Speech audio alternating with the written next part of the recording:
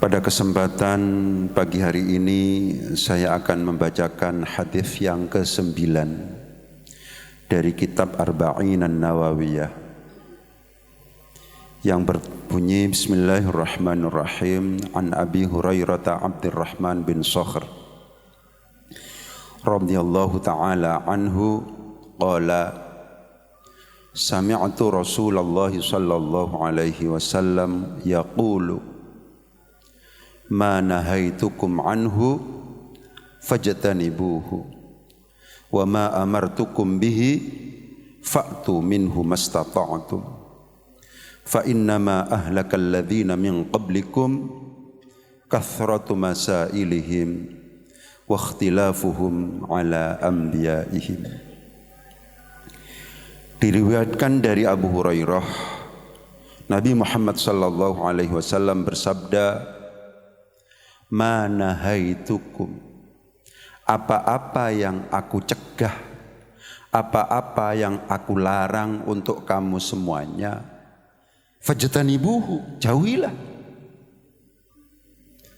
Tapi wa ma amartukum bi, apa-apa yang aku perintahkan kepada kamu semuanya, fa'tu minhu mastata'tum, maka kerjakanlah sesuai dengan kemampuan kamu semuanya. Jadi ada perbedaan. Kalau seandainya larangan itu tanpa ada kata-kata sesuai dengan kemampuan kamu semuanya. Larangan sifatnya mutlak. Kalau seandainya ngomong perintah itu ternyata ada batasannya. Apa itu? Mastata'tum. Fa innama ahlakal ladzina min qablikum, sesungguhnya yang menjadikan orang-orang, kaum-kaum, umat-umat sebelum kamu itu adalah binasa, itu adalah hancur, kathratu masailihim, karena mereka banyak tanya. Sesuatu yang awalnya tidak berat, karena terus ditanya lebih rinci lagi, lebih rinci lagi, lebih rinci lagi, akhirnya yang namanya aturan itu menjadi berat untuk kemudian dilaksanakan. Wa ikhtilafuhum ala anbiya'ihim, dan karena perbedaan atau berbedanya mereka, menentangnya mereka terhadap para nabinya mereka. Para jamaah, bahwa hadis ini dimulai dari an Abi Hurairah. Abu Hurairah itu adalah kunyah. Nama aslinya adalah Abdurrahman bin Sakhr. Abdurrahman itu adalah nama pemberian dari baginda Rasulullah sallallahu alaihi wasallam. Sebelum masuk Islam, Abu Hurairah ini namanya adalah Abdu Syamsin, hambanya matahari. Kemudian dirubah menjadi Abdurrahman. Kunyahnya, julukan yang pakai bapaknya begitu adalah Abu Hurairah. Bapaknya kucing kecil. Kenapa kok kemudian mendapatkan julukan itu? Lebih disebabkan karena memang Abu Hurairah itu adalah penyuka atau suka pada binatang kucing. Punya peliharaan kucing yang sangat disayangi dan kemudian dibawa kemana-mana, sehingga sampai dijuluki oleh umatnya atau kaumnya itu sebagai Abu Hurairah. Abu Hurairah itu adalah sahabat yang paling banyak rekor meriwayatkan hadis Nabi. Yang diriwayatkan itu sampai 5.374 hadis. Jadi sahabat yang cukup luar biasa. Sahabat yang awalnya itu adalah cuman kegiatannya menggembala kambing, termasuk orang miskin. Dia itu dianggap sebagai ahlus suffah. Ahlus suffah itu adalah orang-orang fakir pada masa sahabat yang tidak memiliki tempat tinggal. Tempatnya itu di emperan masjid.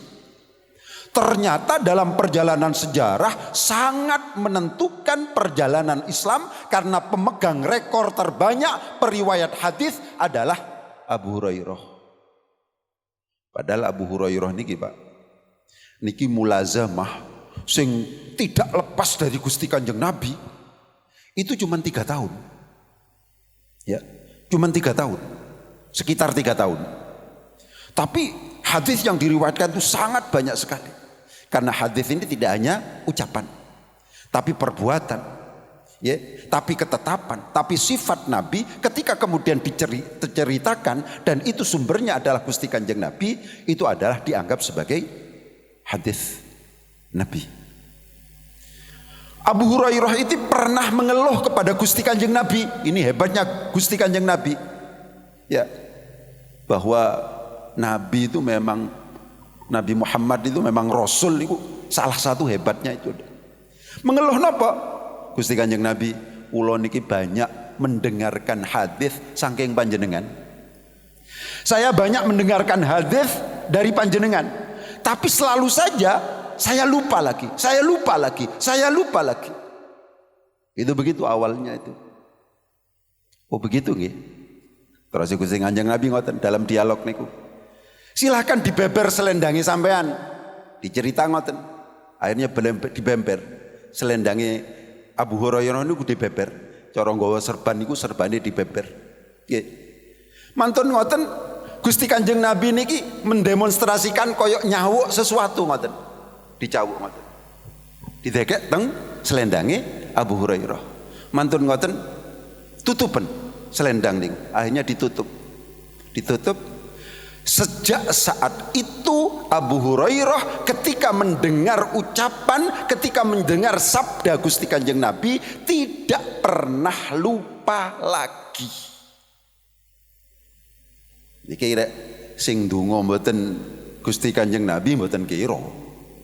Sampai pernah suatu saat itu diuji oleh seorang khalifah Abu Hurairah niki. Abu Hurairah, coba ditulis apa yang sampean dengar dari Gusti Kanjeng Nabi. Hadis Gusti Kanjeng Nabi sampean tulis. Didiktekan pada saya. Di balik tembok, di balik tirai itu ada penulisnya khalifah itu. Jadi apa yang kemudian diucapkan oleh Abu Hurairah itu dicatat dengan teliti oleh Abu Hurairah. Oleh penulisnya niku. Sampun sekian yang ditulis, setahun berikutnya dipanggil ulang untuk menguji apakah yang namanya hafalan Abu Hurairah itu memang luar biasa jitunya, luar biasa kuatnya atau seperti apa. 1 tahun berikutnya kemudian dipanggil ulang Abu Hurairah ini. Coba Abu Hurairah, hadis yang tahun kemarin nih, sampean diktekan pada saya, sampean bacakan pada saya, bacakan ulang. Bacakan ulang.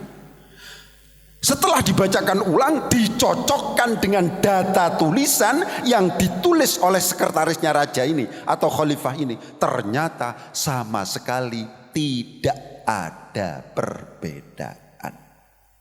Niki luar biasa. Oke? Awalnya cuman penggembala kambing, dia itu miskin, ahlus suffah namanya. Orang yang adanya itu di emperan masjid, termasuk fuqara dan masakinnya para sahabat. Ya. Mulazamah dengan Gusti Kanjeng Nabi luar biasa, setiap hari mendampingi Gusti Kanjeng Nabi sampai pada akhirnya mampu meriwayatkan skornya tertinggi sampai 5.374 hadis. Mboten wonten sing bandingi. Aisyah kalah kali Abu Hurairah niki. Ternyata pernah didoakan oleh Gusti Kanjeng Nabi, buka selendangi sampean, buka serbane sampean. Setelah itu Gusti Kanjeng Nabi mendemonstrasikan untuk nyawuk sesuatu diletakkan di selendang itu, tutupan saiki. Sejak saat itu Abu Hurairah sama sekali tidak pernah lupa. Niki penting untuk kemudian kula tegasaken pengenalan terhadap sahabat Nabi. Hadis Nabi yang mengatakan atau yang berbunyi ma nahaitukum anhu fajtanibuhu wa ma amartukum bihi fa'tum minhu mastata'tum. Niku ada asbabul wurudnya. Napa asbabul wurud niku? Sebab kenapa hadis itu kok disabdakan oleh Gusti Kanjeng Nabi. Istilah yang dipakai dalam ilmu hadis itu adalah asbabul wurud. Kalau seandainya Al-Quran itu namanya asbabun nuzul. Tidak semua hadis, tidak semua ayat Al-Quran memiliki asbabun nuzul. Tidak semua hadis memiliki asbabul wurud. Kadang wonten asbabul wurute, kadang wonten asbabun nuzule, kadang mboten wonten. Tapi istilah yang dipakai kalau untuk Al-Quran, kalau seandainya turunnya ayat Al-Quran itu disebabkan karena pertanyaan sahabat, disebabkan karena menanggapi kejadian yang terjadi pada saat itu, itulah yang kemudian disebut sebagai asbabun nuzul. Kalau seandainya hadis Nabi itu disebut sebagai asbabul wurud. Niku ngoten. Napa asbabul wurud? Pada suatu saat Gusti Kanjeng Nabi niki berpidato di hadapan para sahabat. Khatabana Rasulullah sallallahu alaihi wasallam, ya ayyuhan nas, wahai manusia, qad faradallahu al-hajja alaikum fahujju. Allah telah mewajibkan haji kepada sampean semuanya itu, sehingga berhajilah kamu semuanya. Mantun ngoten wonten sing nyeletuk para sahabat. Nyeletuk ya napa? Kullu amin ya Rasulullah. Apakah haji ini adalah setiap tahun wahai Rasulullah? Itu sampai diulang 3 kali. Kullu amin ya Rasulullah. Apakah kewajiban menunaikan ibadah haji itu adalah setiap tahun ya Rasulullah? Sampai 3 kali. Gusti Kanjeng Nabi diam, tidak menjawab. Akhirnya bersabda, lau qultu na'am, kalau seandainya saya mengatakan iya setiap tahun, misalnya seperti itu, la wajabat, maka akan wajib setiap tahun. Wala mastata'tum, dan yakin panjenengan semua tidak akan mampu melaksanakan itu. Inilah yang kemudian disebut sebagai bahwa pertanyaan niku kadang-kadang sae, kadang-kadang boten. Nggih.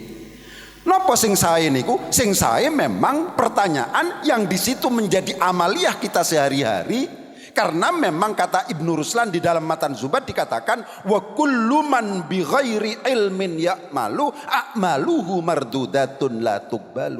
Wa kullu man, dan setiap orang bi ghairi ilmin, yang dengan tanpa ilmu pengetahuan ya'malu, melakukan amalan ibadah. Kita sholat memang, tapi mboten ngertos carane sholat. Kita wudhu memang, tapi mboten ngertos carane wudhu. Kita tayamum memang, tapi mboten ngertos tayamum.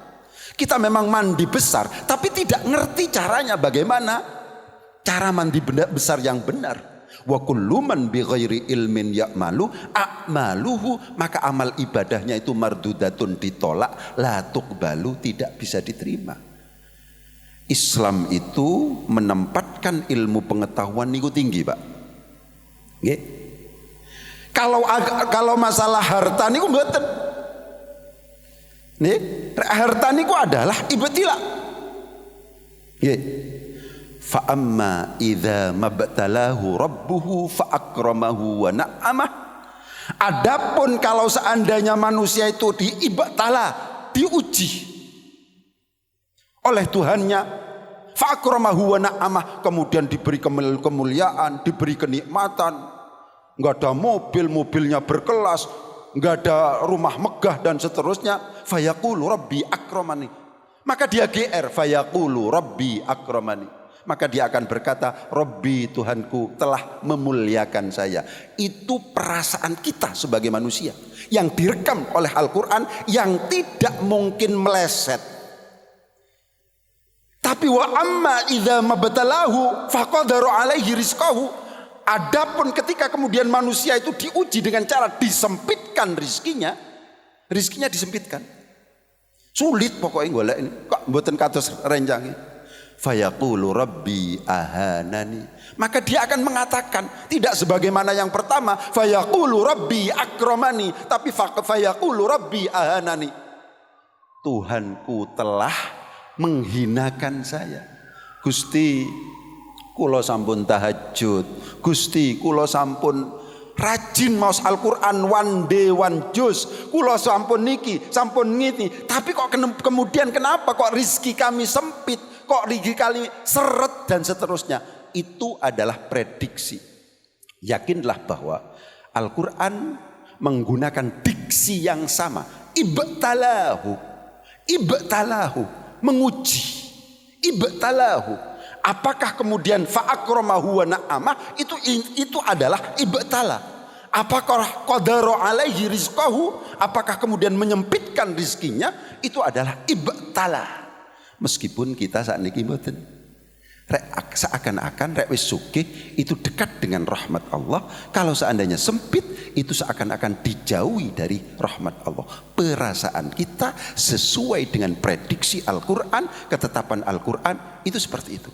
Fa ammal insanu idza mabtalahu rabbuhu fa akramahu wa na'ama fa yaqulu rabbi akramani. Wa amma idza mabtalahu fa qadara alaihi rizqahu fa yaqulu rabbi ahanani. Rek ilmu niku mboten, Pak. Rek masalah kekayaan itu ibtila. Itu adalah ujian. Tapi rek ilmu niku mboten. Nggih. Yarfa'illahu alladhina amanu minkum walladhina utul ilma darajat. Itu ilmu. Qul hal yastawil ladzina ya'lamuna wal ladzina la ya'lamun? Apakah sama orang yang berpengetahuan dengan orang yang tidak berpengetahuan? Dalam Islam tidak sama. Innama yakhsyallaha min ibadihil ulama. Yang takut kepada Allah hanyalah ulama, orang-orang yang berilmu. Pernahkah saya tegaskan kepada panjenengan di dalam Islam itu, rek ono wong mu'allaf mesti cerdas. Mesti karena menggunakan akal pikiran. Kalau ada orang murtad, pasti karena tidak menggunakan akal pikiran. Pasti karena kepentingan. Pasti karena mungkin jodoh. Mungkin karena Indomie dan seterusnya. Niku luar biasanya Islam itu seperti itu. Islam menempatkan ilmu di atas segala-galanya. Abu Hurairah yang awalnya itu adalah penggembala kambing, ternyata dalam perjalanan sejarah Islam itu menjadi penentu. Ternyata luar biasa kalau seandainya anak kita, keluarga kita itu berilmu, insya Allah pada akhirnya akan diangkat derajatnya oleh Allah Subhanahu wa ta'ala. Jadi untuk masalah bertanya itu, kalau kaitannya dengan misalnya bagaimana amaliyah ibadah kita, bagaimana zakat yang baik, bagaimana haji yang sesuai dengan petunjuk agama dan seterusnya, niku memang wajib. Fas'alu ahla dzikri in kuntum la ta'lamun. Tanya kepada orang-orang yang berilmu kalau seandainya panjenengan mboten ngertos.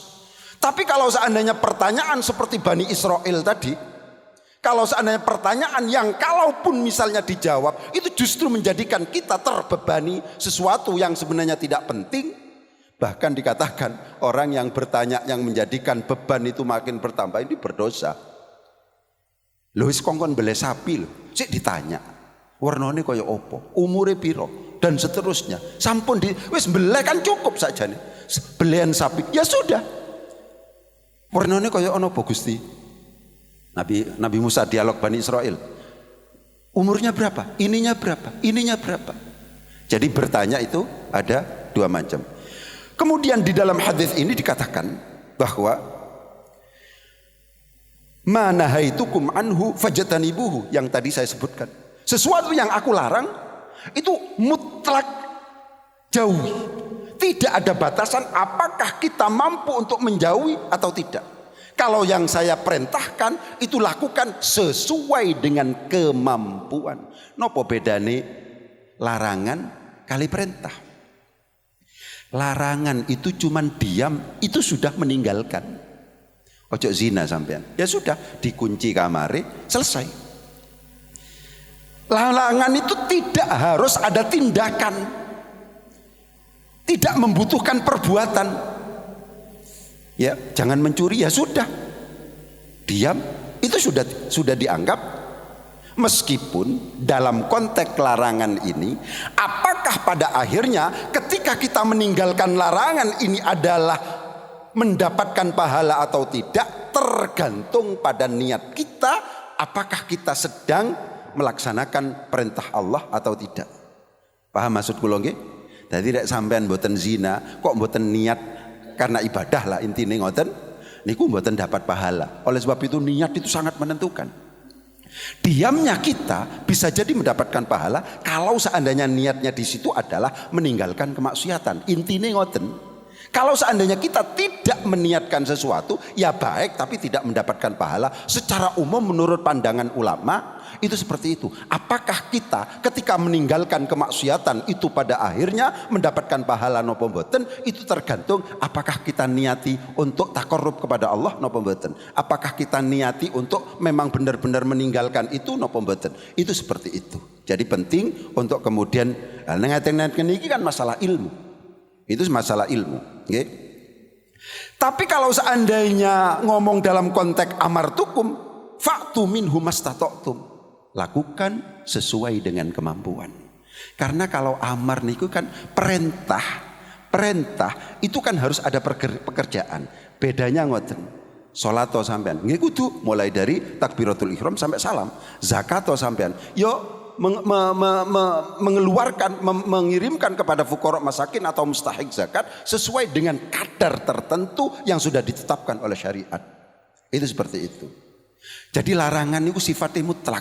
Meskipun kemutlakannya ini nanti pada akhirnya memungkinkan untuk ada dispensasi. Riba niku mboten angsal, Pak. Mutlak niku. Meninggalkan riba harus niku. Tidak boleh kita. Ya napa hukumnya bank kan ngoten pada akhirnya. Loh, bank itu bagaimanapun juga kita utang sekian yang dikembalikan sekian. Berarti di situ ada riba. Itu seperti itu. Loh tapi Ustaz, sakniki nopo-nopo butuh bank. Gak bisa kita. Bahkan kalau seandainya tidak ada bank, dengan mungkin kejahatan yang cukup luar biasa, nyimpen uang di rumah itu rentan terjadi perampokan, rentan terjadi pencurian dan seterusnya. Inilah yang kemudian menjadikan ada pergeseran, tapi sesuai dengan darurat atau hajah. Kalau dalam kaidah fikih dikatakan ad-daruratu tubihul mahdzurat. Yang namanya keterpaksaan itu pada akhirnya menjadikan sesuatu yang pada awalnya dilarang menjadi dibolehkan. Kalau seandainya kita merasa bahwa kita tidak bisa hidup kecuali dengan bank, misalnya seperti itu pandangan kita, maka bank masuk pada kategori darurat. Bisa Ustaz, saya anti bank kok Ustaz, tapi nggak enak Ustaz. Bagaimana kalau seandainya misalnya kita punya sebuah bisnis yang kemudian di situ kudune transfer, kudune mengirimkan melalui bank, tidak bisa pakai manual dan seterusnya.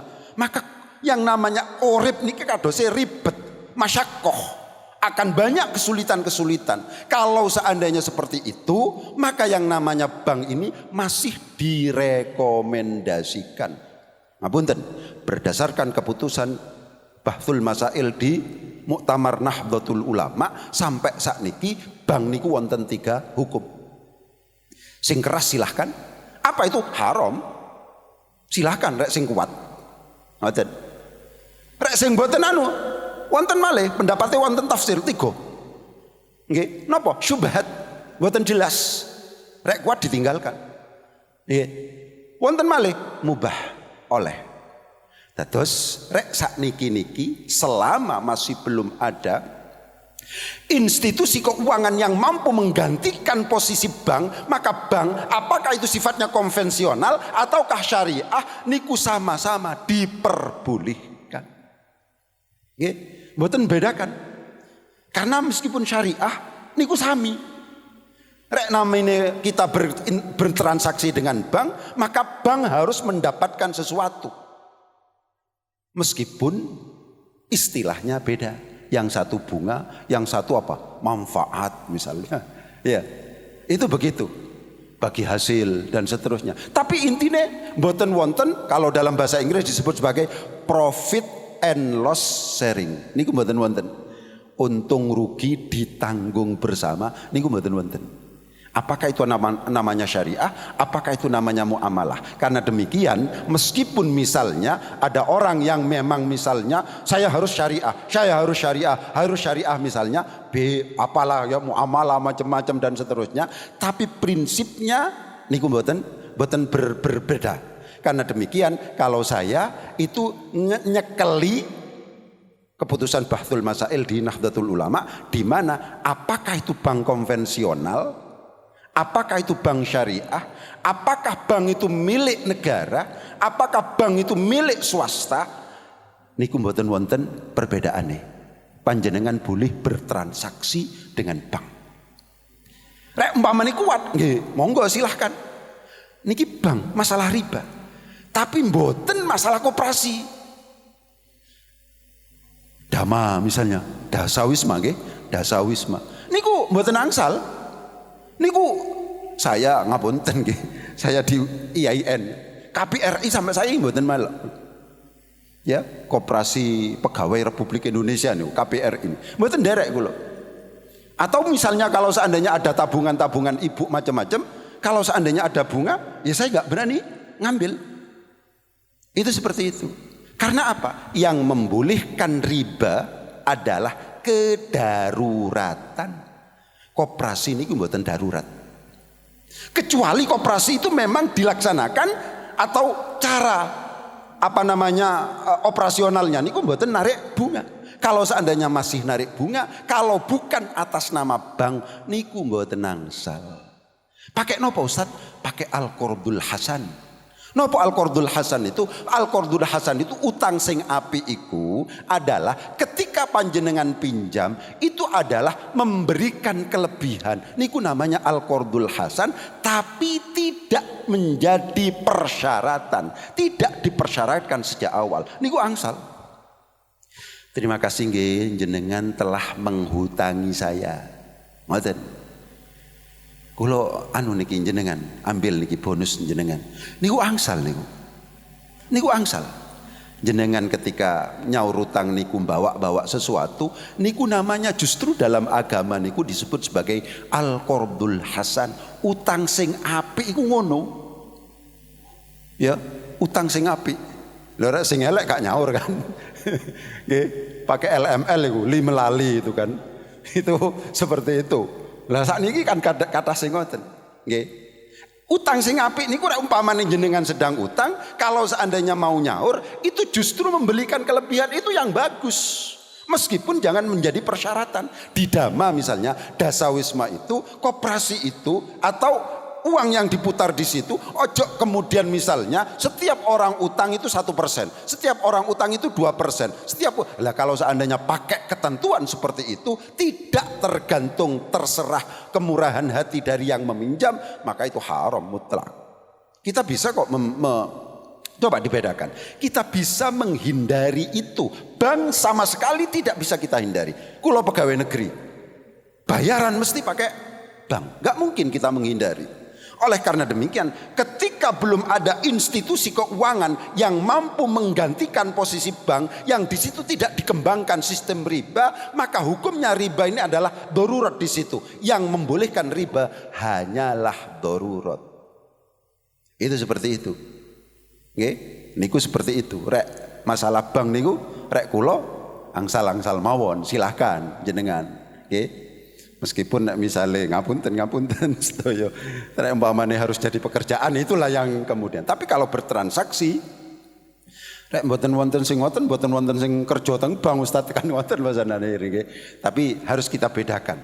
Kita sama sekali tidak bisa menghindarkan diri dari bank. Itu begitu. Karena demikian bank niku diperbolehkan selama masih belum ada institusi keuangan yang mampu menggantikan posisi itu. Terus awalnya sampun dilarang, tidak boleh riba. Ampun ngoten. Nggih, sampun ngoten.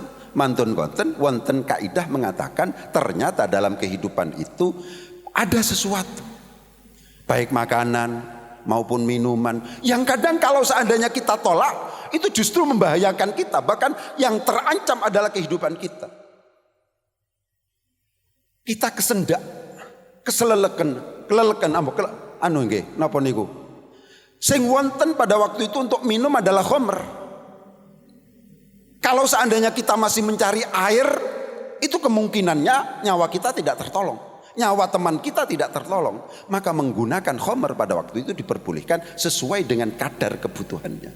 Kelaparan yang keterlaluan, yang ada itu adalah bangkai misalnya, maka yang awalnya bangkai ini kemudian dilarang menjadi boleh untuk kemudian dimakan. Itu namanya ad-daruratu tubihul mahdhurat. Keterpaksaan itu pada akhirnya bisa membolehkan sesuatu yang awalnya itu dilarang. Itu seperti itu. Kemudian pun juga demikian masalah perintah.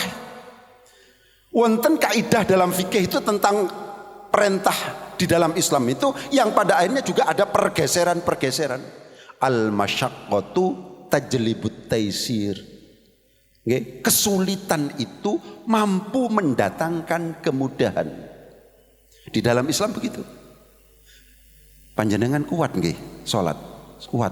Nggih berdiri jenengan. Mboten kuat kula Ustaz sakniki salat berdiri. Saged napa? Duduk ya duduk. Jadi tidak kemudian dipakai misalnya bahwa berdiri itu adalah merupakan persyaratan dari sholat fardu. Kalau sholat sunnah boleh duduk. Kalau sholat fardu harus berdiri. Pokoknya mutlak kudu berdiri. Mboten di dalam Islam tidak wonten saklek-saklekan ngoten. Mboten kiat berdiri nggih jenengan duduk.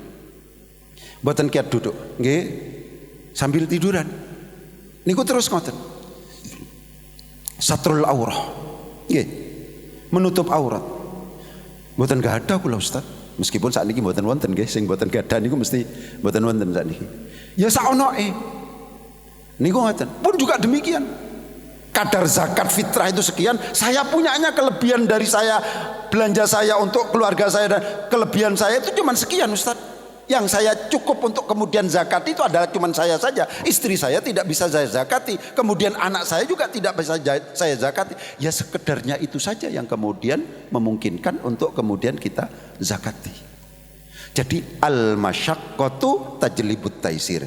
Yang kepingin kula tegasaken adalah meskipun ada kata-kata manahaitukum anhu fajtanibuhu, sesuatu yang aku larang lakukan atau tinggalkan secara utuh mutlak, meskipun ngoten wonten ad-daruratu tubihul mahdhurat. Wa ma amartukum anhu fa'tu mastata'tum, fa'tu minhu mastata'tum. Kalau seandainya yang saya perintahkan itu lakukan, kerjakan sesuai dengan kadar kemampuannya, mesti akan ada pergeseran. Al-masyaqqatu tajlibut taisir. Sesuatu yang sifatnya kesulitan itu pada akhirnya mampu mendatangkan kemudahan-kemudahan. Kalau sedang sholat Ustaz, wayak waktune sholat, tapi di pesawat ini, nggih, kan wudune Ustaz, nggih wudu, mboten wonten air. Rek umpamane satu pesawat itu wudhu semuanya, ya habislah. Pesawat akan menjadi kacau. Apalagi kemudian yang namanya debu, wonten AC-ne Ustaz, mboten wonten debune niku. Ya sudah, salate sampean, pokoknya gak ate wudhu, gak ate tayamum wis. Pokoknya salat. Itulah yang kemudian disebut sebagai lihurmatil waqti. Pokoknya sampean masuk, ketika ada kru pesawat mengumumkan sekarang waktu salat zuhur masuk, ya sudah salat. Ya, itu namanya lihurmatil wakti. Meskipun ada juga yang memiliki pandangan bahwa yang ada di kursi pesawat itu dianggap ada debu. Ya ojo dianggap ono temenanan apa enggak, arek gak ono ya ojo diterusno. Ya kan ono. Yang namanya lihurmatil wakti itu kan ada. Itu seperti itu, nggih. Kemudian yang selanjutnya dalam hadis ini ada dikatakan orang-orang umat-umat terdahulu itu menjadi binasa karena banyak tanya. Nah tadi sudah saya tegaskan masalah pertanyaan.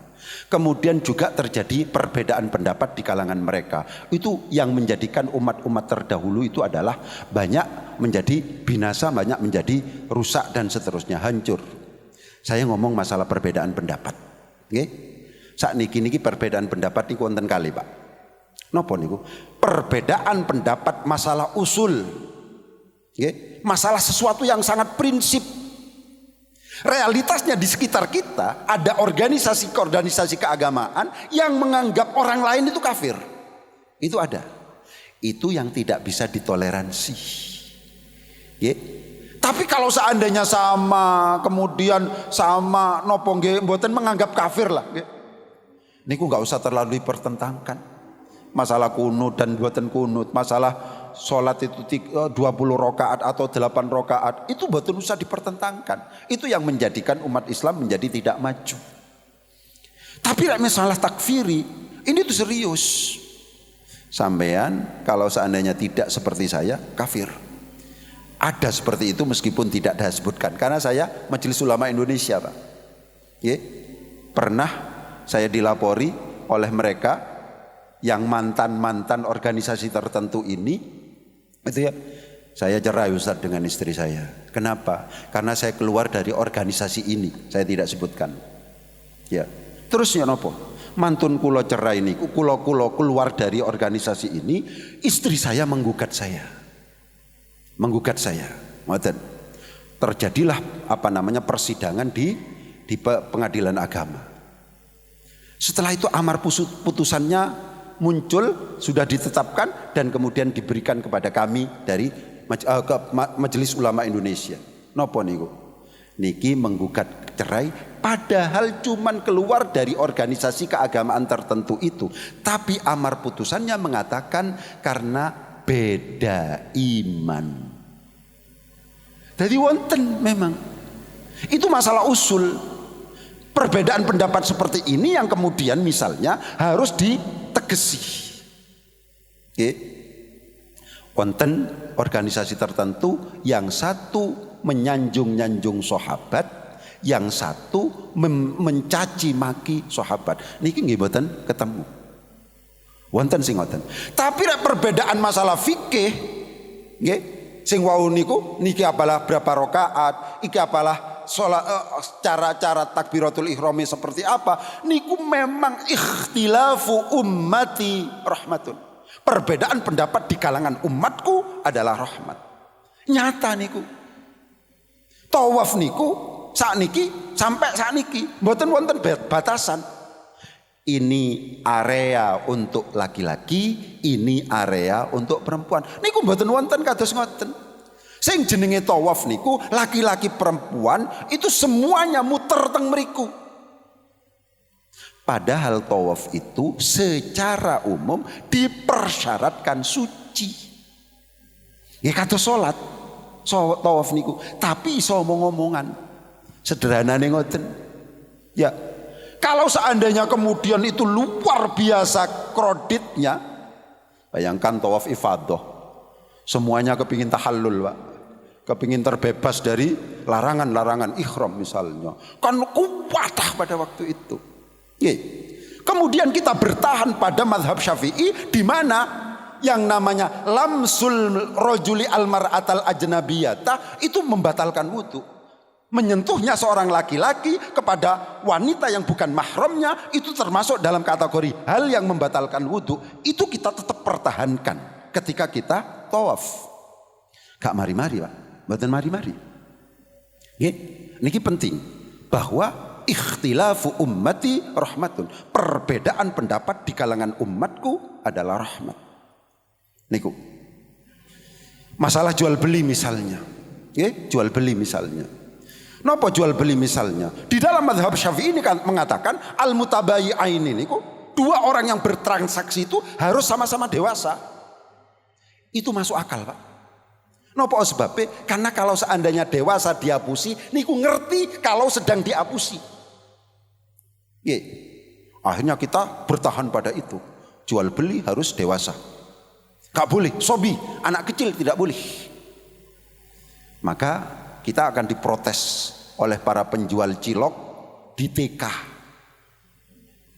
Itu pasti diprotes. Napa? Loh, mereka gak sah. Pak beli pak 500 didoli piro, 1000 didoli piro, 2000 didoli. Ini gue gak ngerti mereka karena masih anak kecil. Kalau seandainya kita bertahan pada mazhab Syafi'i, maka jual beli cilok misalnya di area lembaga pendidikan yang masih kecil-kecil, TK, PAUD dan seterusnya, hukumnya batal. Ngerti batal, Pak? Batal itu tidak terjadi naklul milkiyah. Tidak terjadi perpindahan kepemilikan. Penjual pada awalnya punya barang, pembeli pada awalnya punya uang. Ketika jual beli sah itu, maka ini berpindah. Uang yang awalnya menjadi milik pembeli itu berpindah menjadi milik penjual. Barang yang awalnya menjadi milik penjual itu berpindah menjadi milik pembeli. Itu namanya jual beli sah. Ketika jual beli tidak sah, itu tidak terjadi naklul milkiyah, perpindahan kepemilikan itu tidak terjadi. Akhirnya apa?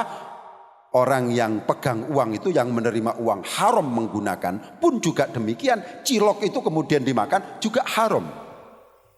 Apa berani begitu kita? Sulit. Ya, diprotes kali. Ternyata di mazhab Ahmad ada. Kalau seandainya jual beli yang remeh, kalau seandainya jual beli yang receh, al-muhaqqarat kalau dalam bahasa fikihnya, niku tidak harus yang namanya mutabayi'aini, dua orang yang bertransaksi itu harus sama-sama dewasa. Anak kecil itu boleh. Harus remeh. Nggih. Mboten kira rek jual cilok itu pakai kwitansi. Mosok jual cilok pakai kwitansi. Kok nemene jual cilok kok pakai kwitansi. Mboten kira niku. Niku receh niku. Nggih. Tumbas nopo. Niku receh. Niku angsal niku. Kan saya rek ngoten. Oh, ada Ahmad, mazhab Ahmad membolehkan ini. Ya sudah, dipakai saja. Kalau seandainya satu mazhab, sulit. Sulit banget. Nggih. Teman-teman petani misalnya penjual pupuknya pupuk kandang, bermasalah itu. Kenapa sebabnya? Karena mabi itu barang yang dijual itu dipersyaratkan harus suci. Gimana? Barang itu jelas najis. Ya, bagaimana solusinya? Mazhab Hanafi. Kenapa mazhab Hanafi? Mazhab Hanafi halaha manfaah. Ono manfaatnya napa mboten niki? Gak ngurus apakah ini adalah suci atau najis, pokoknya sesuatu itu punya nilai manfaat, itu memungkinkan untuk dijadikan sebagai mabit. Jalan keluar. Jalan keluar. Niki penting untuk kemudian kula tegasaken bahwa ikhtilafu ummati dalam masalah furu' tidak harus dipertentangkan, karena itu dalam konteks tertentu justru sangat kita butuhkan sebagai sebuah solusi. Rek mboten wonten itu kita ruwet, urip niku ruwet. Nggih. Misale sing kula tegasaken dek wingi niku masalah najis. Najis itu harus disucikan dengan menggunakan air. Nggih. Masalah ini ki spring bed Ustaz. Nopo anak kula ndek bayi. Ngompol. Ya sampean grocok ambek banyu kan mboten. Kangelan. Ternyata lagi-lagi mazhab Hanafi mengatakan ternyata yang namanya sinar matahari itu juga mampu menggantikan posisi air dalam rangka pensucian najis. Jadi benar memang ikhtilafu ummati rahmatun. Kalau masalah furu memang iya. Ya, harus kita seriusi. Ono wong ngaku paling Islam tapi tidak sholat. Jenenge Islam hakikat. Kan ada seperti itu. Itu harus diseriusi ngoten-ngoten niku. Ya, harus diseriusi ngoten-ngoten niku. Ngapunten, MUI pasti pada akhirnya akan melakukan kajian-kajian tentang itu. Ada seorang ustadz menikah, sing menikahkan gak ono wali, gak ono saksi. Nikah apa bedanya kalau zina? Kan pernah terjadi. Kita menjadi saksi ahli di pengadilan untuk itu. Yang katanya nikah Daud Adz-Dzahiri. Mboten kados ngoten Daud Adz-Dzahiri niku adalah zina yang terselubung. Itu harus ngomong kita. Jadi ada hal yang sangat serius yang kalau seandainya terjadi perbedaan kok kemudian itu dibiarkan, itu akan menjadi kekacauan, itu akan menjadi kerusakan umat. Ada hal yang memang perbedaan itu harus kita pelihara, lebih disebabkan itu justru akan menjadi solusi terhadap permasalahan-permasalahan umat. Terus ngoten rek umpamane menyikapi tentang perbedaan niki, sakniki rek menurut kula mpun sampai terlalu serius berbeda. Kula termasuk yang mboten seneng terhadap perbedaan masalah Habib, nggih nasab niku. Kula sering dipancing-pancing, duh sakniki gak penting nasab niku, sing penting nasib sakniki. Ya ojo terlalu ngomong, sampean pun purun ngoten niku. Nggih. Engko nek bener-bener keturunan Nabi ya apa? Kita terlalu serius niku. Nasab terus bendino ke ceramah macam-macam. Nggih. Kula sampai rek wonten sing ngoten-ngoten niku, ngapunten kula sakniki tasik dadi ketua umum MUI. Enggak ada hubungan kali Polres, enggak ada hubungan kali niki. Kula telepon biasa kasat intel niku. Pak, ini gue datangi itu. Panitianya dipastikan ini tidak ngomong nasab. Maulid Nabi kadang-kadang ngomong nasab. Rek ngomong nasab sampean apa harus ada tanda tangan di hitam di atas putih, sampean harus bertanggung jawab. Gak apa-apa, ngomong mulutan silahkan.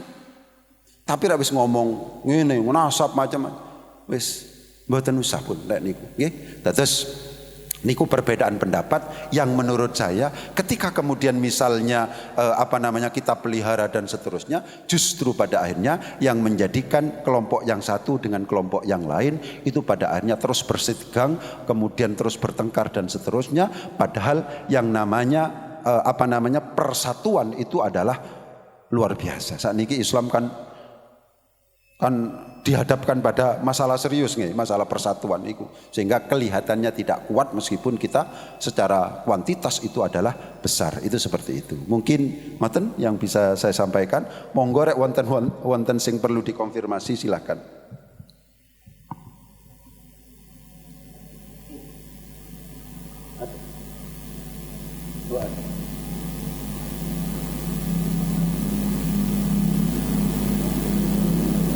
Monggo rada jerit mboten napa-napa pun, saya cepat.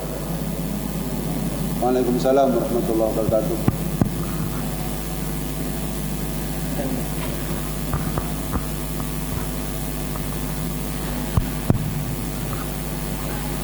Oh, koperasi. Yang namanya koperasi itu kan haram dan tidaknya pernah saja mendengar apabila kelebihan dari bunga yang sekecil mungkin, dan kalau koperasi itu Ustadz sendiri kan pegawai negeri itu jauh dengan perbankan, dan hasilnya itu dibagi-bagi kepada anggota. Itu saya pernah mendengar ada yang bolehkan atau tidak, yang itu yang pertama. Dan yang kedua tadinya jadi sempat menyentuh masalah pernikahan. Ini ada kejadian dan sampai saat ini ada oknumnya. Seorang anggota ABRI, dia mengatakan kepada istri, kamu atau kau tak gantung, kamu tak gantung. Tak gantung, mau tak gantung. Tapi dia sama satu rumah. Maksud tergantung di sini begini Ustaz, dia tidak tercukupi atau tidak terpenuhi ekonomi batinnya. Cuman secara belanja istilahnya, dohirnya itu tetap ada. Sudah selama dari tahun 2021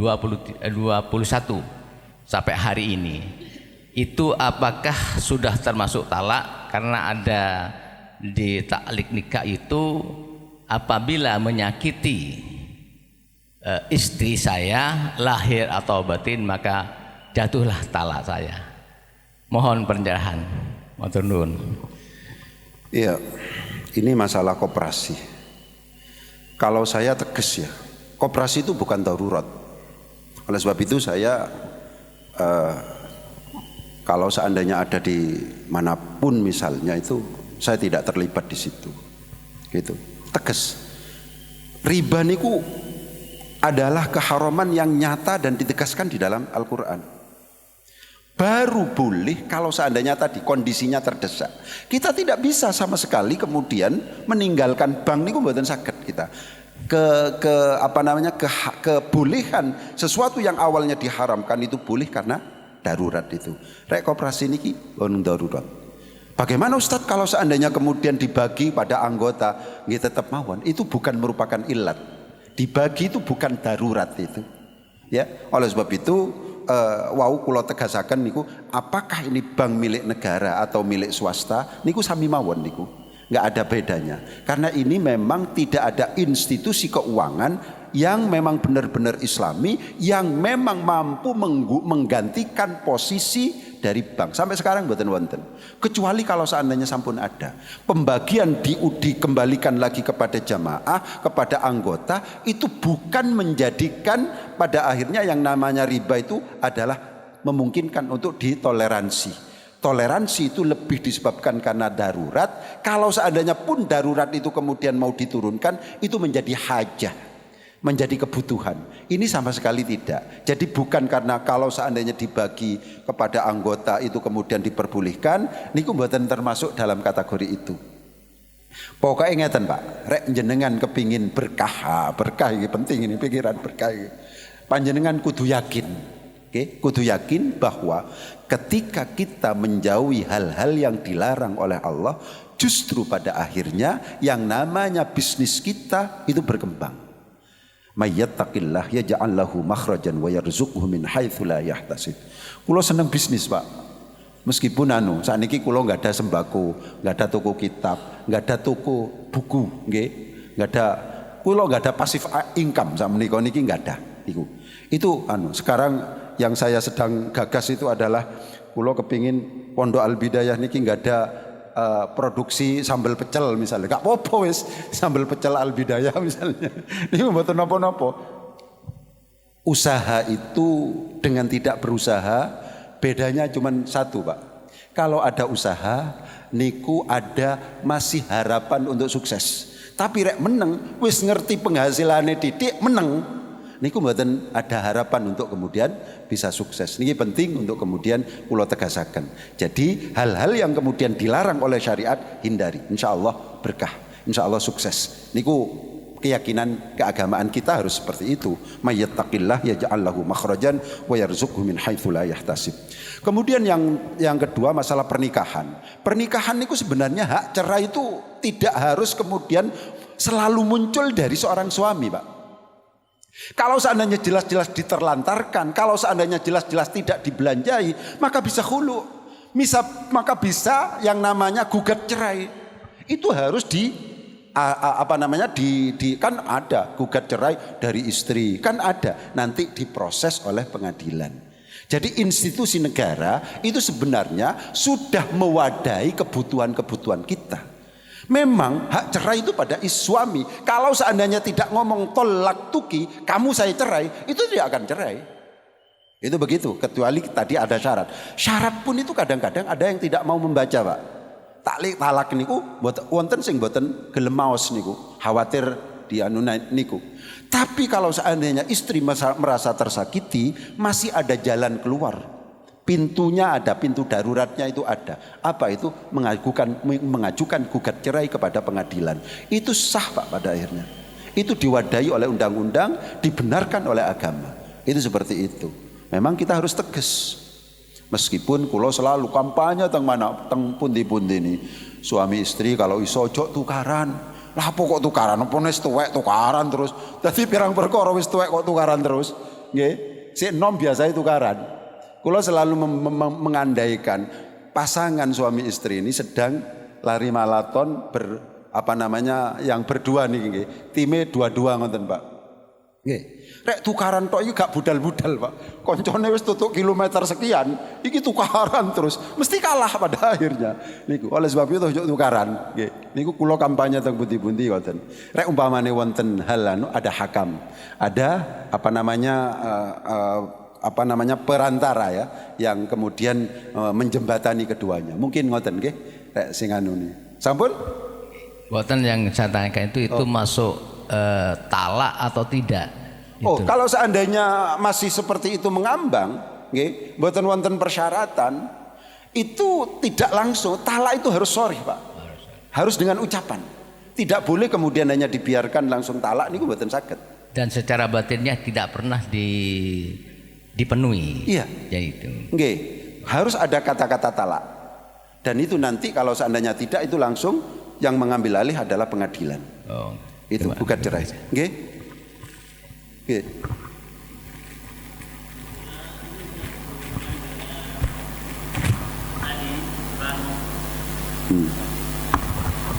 Bismillah, sehubungan dengan bank Ustaz, itu kita tidak bisa lepas dari bank kan, dalam kehidupan sehari-hari. Apa boleh kita itu di bank itu kan ada akad wadi'ah Ustaz, artinya tidak dikenai administrasi tapi tidak ada bunga. Jadi tidak ada administrasi, tidak ada bunga. Itu di bank salah satu, di bank syariah yang kami tahu. Kalau di bank konvensional kita tidak mengambil bunganya karena tidak ada akad wadiah. Tapi kita membutuhkan bank itu karena transaksi bisnis kita. Jadi itu yang menjadi pemikiran sampai detik ini. Apakah kita tidak usah mengambil bunganya, diabaikan agar kita dapat kebarokahan tadi? Itu yang bank. Yang kedua, masalah di finance. Finance artinya kredit.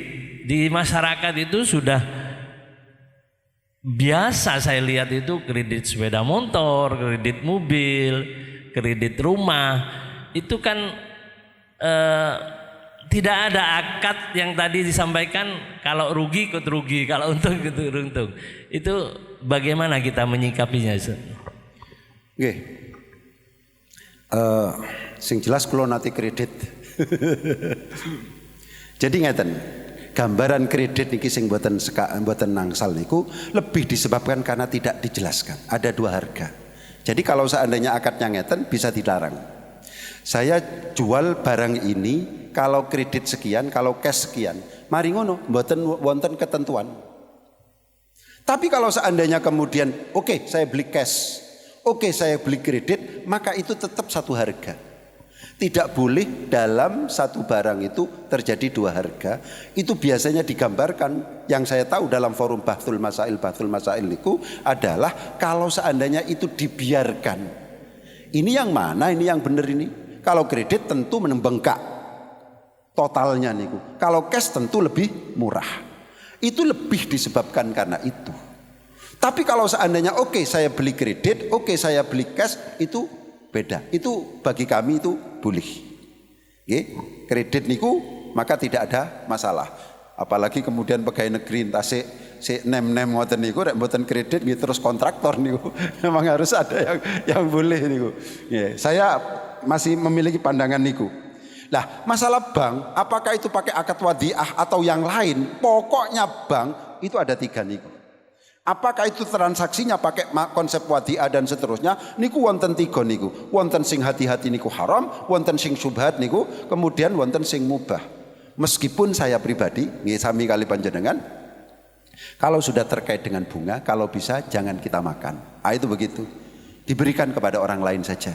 Jadi ada konsep ini haram bagi saya, tapi halal bagi fuqara masakin. Itu ada konsep seperti itu.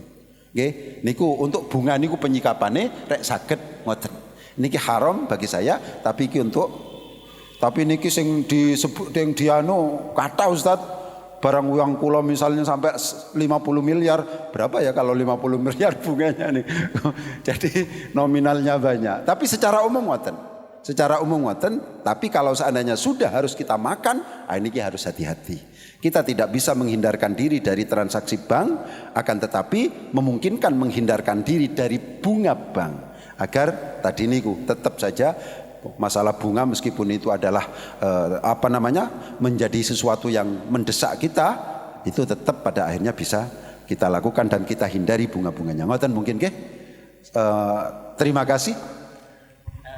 Masalah finance Ustaz, kredit tadi itu kan ada dua harga Ustaz tadi. Jadi kalau cash misalnya 10 juta, tapi kalau kredit bengkak jadi 15 juta bahkan 20 juta itu Ustaz. Itu kalau kendaraan di saat lunas insya Allah kan harganya turun Ustaz. Tapi kalau rumah di saat lunas insya Allah harganya naik. Itu bagaimana Ustaz? Ya, yang paling penting itu dalam jual beli itu adalah antarodin.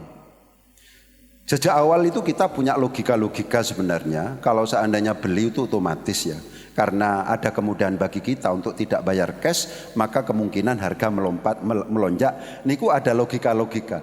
Niku pokoknya saling ridho. Niku angsal niku. Jadi kula memiliki pandangan kredit atau cash itu boleh, tapi yang tidak boleh itu adalah yang tidak mungkin dilakukan sebenarnya, membiarkan dua harga itu tidak ditetapkan dan tidak dipilih salah satu. Yang saya pahami tentang satu barang dua harga itu seperti itu.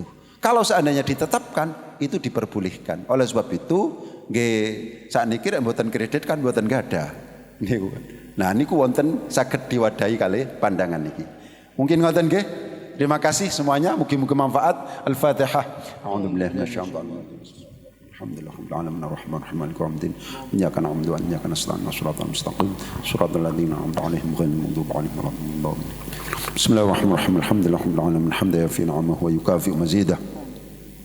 يا ربنا لك الحمد كما ينبغي لجلال وجهك الكريم وعظيم سلطانك اللهم صل وسلم على سيدنا محمد وعلى آل سيدنا محمد اللهم إنا نسألك سلامة في الدين وعافية في الجسد وزيادة في العلم وبركة في الرزق وتوبة قبل الموت ورحمة عند الموت ومغفرة بعد الموت اللهم هون علينا في سكرات الموت والنجاة من النار والعفو عند الحساب ربنا لا تزغ قلوبنا بعد إذ هديتنا وهب لنا من لدنك رحمة إنك أنت الوهاب ربنا آتنا في الدنيا حسنة وفي الآخرة حسنة وقنا عذاب النار وصلى الله على سيدنا محمد وعلى آله وصحبه وسلم سبحان ربك رب العزة عما يصفون سلام على المرسلين والحمد لله رب العالمين بسر الفاتحة.